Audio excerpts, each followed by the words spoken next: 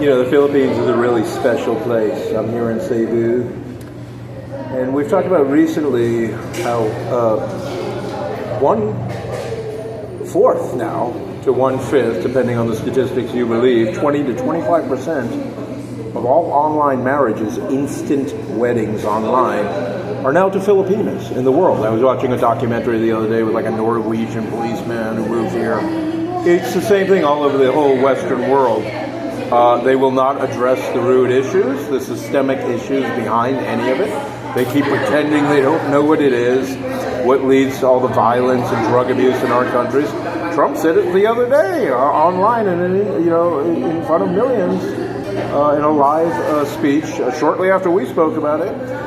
He said, well, they produce these drugs, the source countries that produce these drugs, they produce them for the Western men that are living a solo and Western women. They don't consume them themselves because they have families. So the work is working together with their families every day is the love drug to them. They don't need anything else.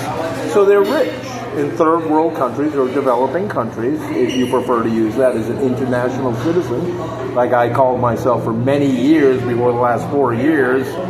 I'm also a patriot. I'm a complete patriot to my country. I have nothing but love for the countries we've met friends and family in. And so millions and millions of people are now moving to the Philippines to find traditional relationships that have worked for thousands of years. 95% of all arranged marriages in the world work. They stay together the rest of their lives. They do it for the kids. They learn to love each other, whether they did initially or not. There's millions of couples in the world that stay together that don't even like each other in order to avoid something worse in the world. And it's clear as day what choice humanity is on. You can see any number of movies from Minority Report to the Bureau Adjustment to help better explain all of this stuff to you. It's clear as day to all of us. So we're here for a friend's wedding next week. We're going to hop off on the islands. We're having a great time here. I've got my little companion, but everybody is very happy. And you'll see that they're always going to sit next to me and start touching each other over and over again, smiling and so on. Yeah. Oh, they just love it. They're so happy. And they'll just sit right down next to me again. And so, yeah, everybody's really happy. 1 out of every 4 to 5 marriages in the world is now here. In America, it's only like 25%, we're 200 times bigger than their country. So how are they doing it? How are they rich? By simply holding hands and staying together and not leaving each other, cheating or stealing from each other. How are they the richest country on earth and the happiest people, having the least with the most? It's evident. It's clear as day. Oop, my little kitten's waking up again.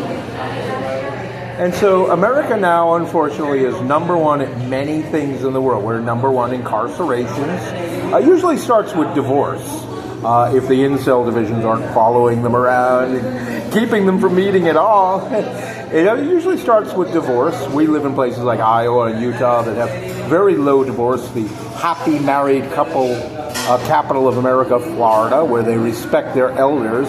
Just like here in the Asian countries, is why nobody ever wants to go back to other places anymore. And then it starts with drug abuse, and after the divorce, or not meeting anybody ever at all. And then it moves on.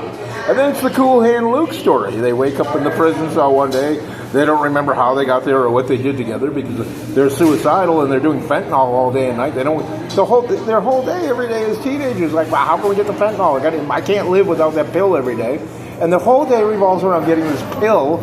I've had to live in the capitals of these places where all drugs are legal. My van was stolen recently with like $5,000 worth of stuff in there. I got jacked for over $10,000 a couple of months before that. Just tens of thousands of dollars. But I don't miss it all. I don't need any of it. All we need is the air we breathe and the beautiful, loving companions we have that we can hold in this life. And we're rich beyond any measure or definition that could be described. We are rich. There are people that are wealthy that don't flaunt their wealth, and there are people that are rich. Well, we're rich, as young Dolph like to say.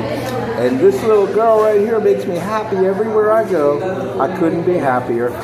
Signing off from CEBU, Philippines. Come check it out. You'll love it.